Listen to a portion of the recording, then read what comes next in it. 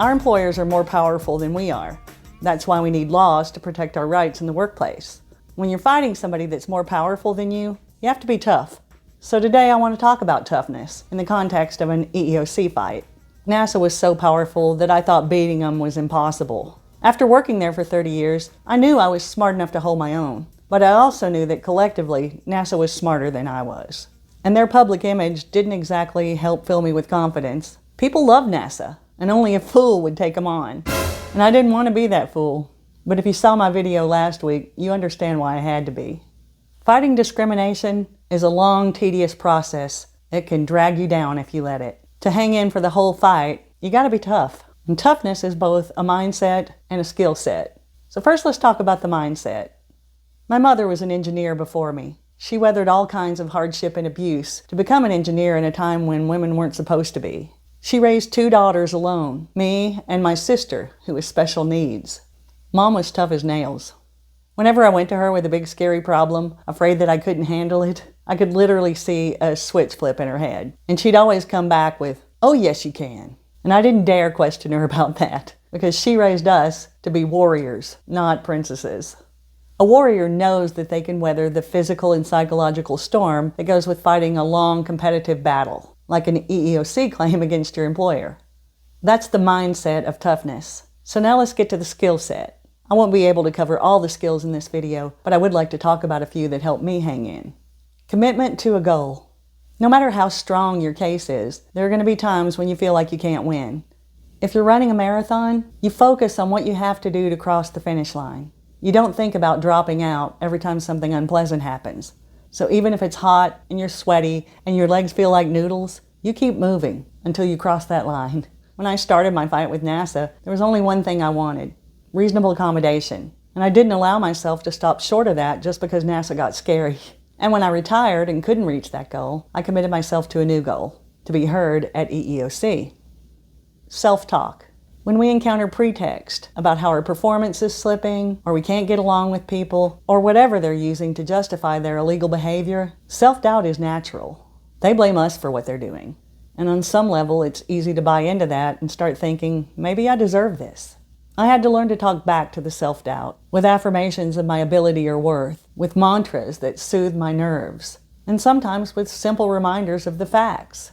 Maybe I deserve to be treated this way, for example. In that situation, an affirmation of worth might be as simple as, nobody deserves to be treated this way. And using a mantra to soothe your nerves can be super simple. I used one from Saturday Night Live a lot. I'm good enough, I'm smart enough, and doggone it, people like me. Sometimes all I had to do was remind myself of the simple fact that an EEOC claim isn't about what I personally deserve.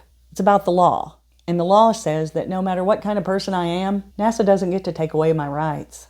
Another tactic that I used to interrupt the negative self-talk was mentally taking myself out of the situation. Instead of making it about me, I'd ask myself, what if my daughter was in this situation, for example? What would I tell her? And whatever it was, that's what I'd tell myself. Imagery.